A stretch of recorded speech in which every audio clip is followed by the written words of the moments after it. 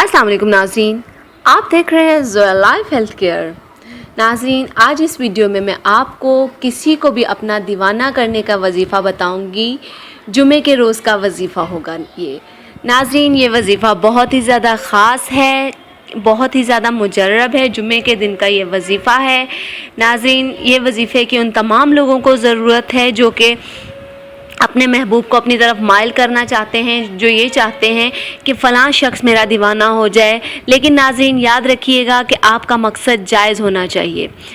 नाज़रीन, ये वजीफ़ा बहुत ही ज़्यादा पावरफुल वजीफ़ा है। आप इस वजीफ़े को कीजिएगा, इंशाअल्लाह तालाहुल अज़ीज़ आप ज़रूर कामयाब व कामरान होंगे।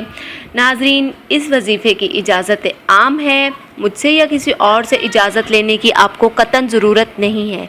लेकिन इतना ज़रूर कीजिएगा नाज़रीन कि जब भी आप ये वजीफ़ा शुरू करें तो हमारी वीडियो के नीचे कमेंट कीजिएगा, ताकि हम आपका नाम लेके वजीफ़े की कामयाबी के लिए दुआ कर सकें। और नाज़रीन, याद रखिएगा, ये वजीफ़ा सिर्फ़ और सिर्फ एक दिन का वजीफ़ा है, इससे ज़्यादा आपने ये वजीफ़ा नहीं करना है। और नाज़रीन, ये जुमे के दिन का वजीफ़ा है। अब चलते हैं नाज़रीन वजीफ़े की तरफ।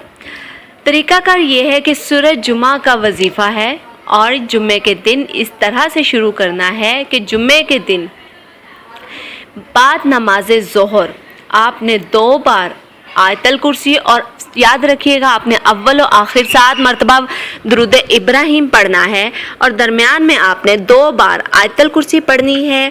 फिर उसके बाद आपने सूरज जुमा की आखिरी आयत को 71 बार पढ़ना है, यानी कि 71 टाइम्स। पढ़ने के बाद आपने अपने ऊपर फूंक मार देनी है और उस मकसद के लिए कामयाबी की दुआ करनी है, जिस मकसद के लिए आप ये कर रहे हैं, जिसको भी अपना दीवाना बनाएंगे। क्योंकि ये आयत का जब आप फूंक अपने ऊपर मारेंगे तो ये आयत की कशिश उस इंसान को आपकी तरफ खींचती चली जाएगी।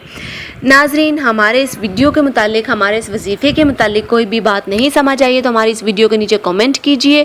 इंशाअल्लाह तालाहुल अज़ीज़ हम आपको ज़रूर बताएंगे, आपका मसला हल करेंगे, आपकी बात का जवाब देंगे। नाज़रीन, हमारी इस वीडियो को लाइक कीजिए, चैनल को लाइक कीजिए, वीडियो को फ्रेंड्स के साथ शेयर कीजिए और ज़ोया लाइफ हेल्थ केयर को सब्सक्राइब करना हरगिज़ मत भूलिएगा। शुक्रिया। अल्लाह हाफ़िज़।